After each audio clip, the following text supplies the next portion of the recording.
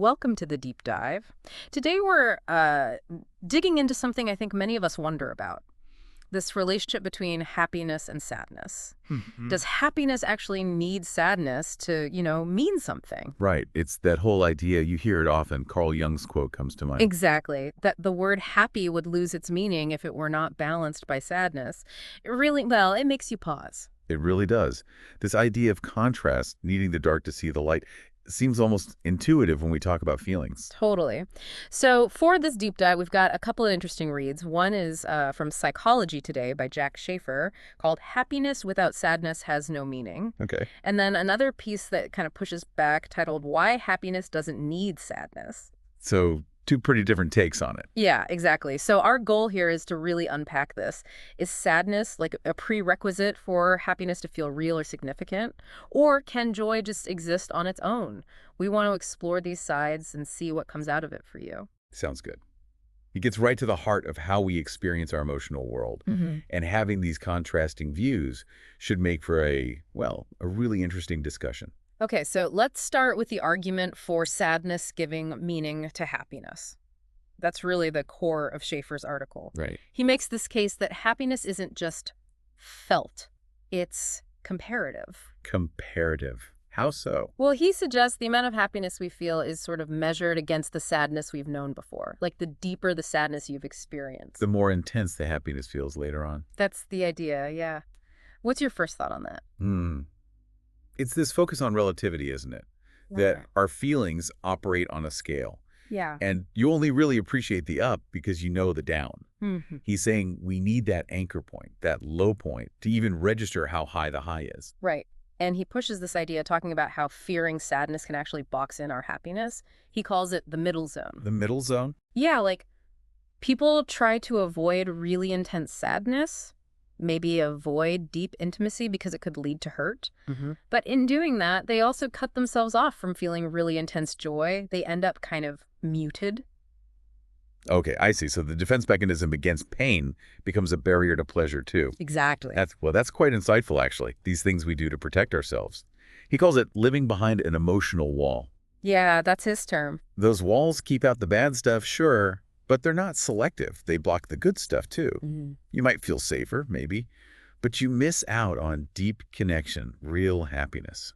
And he paints this picture of the walls being built from past hurts, to prevent more pain. Makes sense. But the higher the wall, he suggests, probably the more pain someone's known. And the irony is, these walls lead to feeling isolated Mm-hmm. and stop you from finding the happiness you were trying to protect in the first place. It really nails that tension, doesn't it? Wanting to Yeah. be open and vulnerable for connection and joy, Yeah. but also wanting to shield ourselves from getting hurt. It's a constant balancing act. Then Schaefer looks at pain itself, like what's its purpose? Okay. He lists a few things. One, it's a signal. Obviously something's wrong, physically or emotionally. Pay attention. Sure. The biological alarm system. Right. Two, it helps us empathize. Shared struggles bring people together. Yeah, that shared human experience. Definitely. And third, connecting back to our main topic, it gives us that yardstick, that standard to measure happiness against. The benchmark idea again. Exactly. He even uses this analogy of the sun, like pain is inevitable, like sunshine, you can't avoid it entirely. Hmm. But your attitude, maybe like sunscreen, can protect you from the worst effects. And the idea is that really intense happiness feels more satisfying after you've navigated some pain. The sun analogy is quite powerful. It frames pain not just as bad, but as part of a cycle, maybe, Yeah. and suggests resilience lets the joy return, maybe even stronger. Okay, so that's a pretty clear picture of the argument for sadness being necessary for meaningful happiness. Yeah, laid out quite well in Schaefer's piece. So now let's flip the coin. Let's look at the other side. From the article, Why Happiness Doesn't Need Sadness. This one goes right at that Jung quote. Okay, directly challenging it. Yeah. What's their main point? How do they argue against this idea?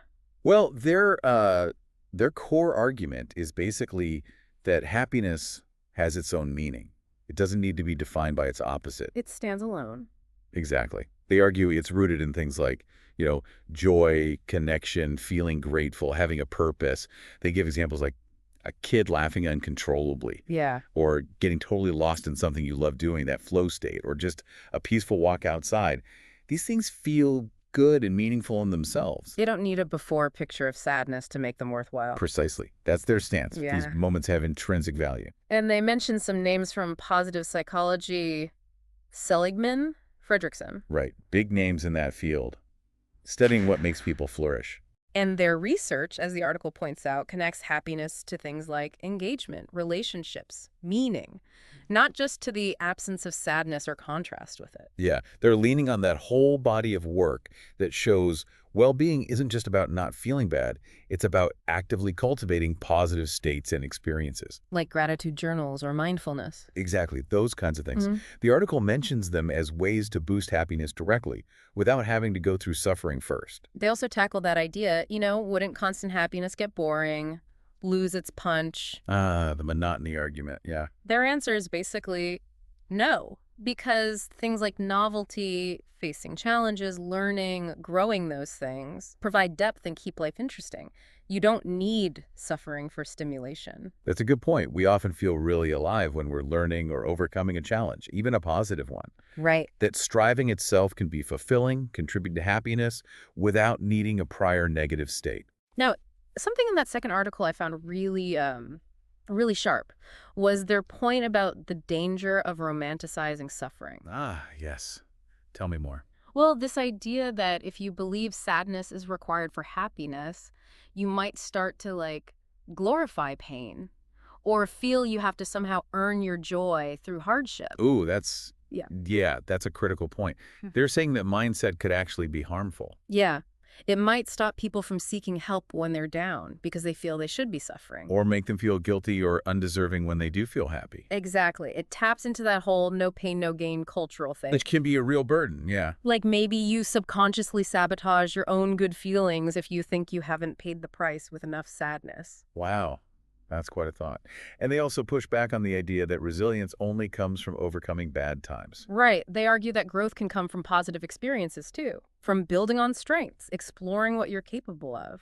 So strengthening yourself through joy and achievement, not just through surviving hardship. Yeah. And they offer these alternative pathways to appreciation, things we can actively do, Like what? like practicing gratitude, really noticing the good stuff, mindfulness, savoring the present moment when it is happy, Okay. doing things for other service, finding meaning that way, or just being stopped in your tracks by beauty. Art, nature, music, moments of awe. Right. These are all things backed by research in positive psychology, ways to actively cultivate well-being. And they're presented as ways to appreciate happiness more deeply without needing that contrast with sadness. So focusing on building the positive rather than just appreciating it because of the negative. Exactly. Now, it's important to say this second article, Why Happiness Doesn't Need Sadness, it isn't saying sadness isn't real or should be ignored. No, that would be unrealistic. All right. Yeah. They definitely acknowledge sadness is valid, it happens, and we need healthy ways to deal with it. Therapy, support, self-compassion, whatever works. Absolutely. So they're not dismissing sadness, they're just Yeah. repositioning it. Yeah, I think that's a good way to put it. Their argument isn't anti-sadness, it's pro-happiness having its own legs to stand on. They say sadness can shape our understanding, sure, but it doesn't define happiness or make it meaningful. Okay, so maybe rethinking that Jung quote slightly. Sadness might add a layer, maybe provide context. But it's not the foundation happiness is built on. It's not the prerequisite. Happiness can exist, be valuable, be deep, all on its own.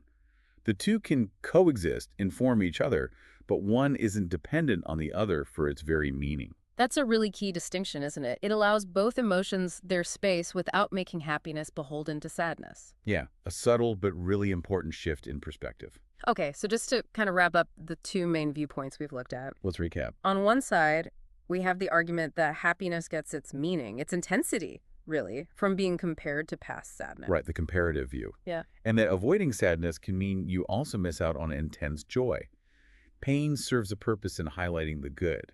Then the other perspective argues, no, happiness has its own inherent meaning. It comes from joy, connection, purpose, gratitude. And believing you need sadness worst can actually be damaging, maybe make you romanticize suffering. There are other ways, positive ways, to deepen your appreciation for happiness. It's a fascinating contrast, and it really does make you reflect on your own life, doesn't it? How you perceive your own happy moments. Definitely. Do they feel brighter because of past shadows? Or do they just shine on their own? Or maybe a bit of both. It also makes you wonder, like you said earlier, are we sometimes diminishing our current joy by always comparing? Always looking back at the hard times. Yeah. Or does that comparison genuinely make the present feel richer? It's very personal, I think. Well, this has been, I think, a really helpful deep dive into this whole happiness-sadness connection. We've pulled apart arguments from both angles using the sources we had. Yeah, it really shows there isn't just one simple answer, does it? Our emotional lives are complex, and both articles give us useful ways to think about these core human feelings. So as we finish up, maybe a final thought for you to take away, kind of inspired by that call to action in the second article. Okay. Just try maybe sometime today or this week to really notice something that brings you joy, just simple joy, and try to appreciate it just for what it is right then and there, Without comparing it. without comparing it to past sorrow or anything else. Just savor that feeling on its own terms. You might find it has a pretty profound meaning all by itself.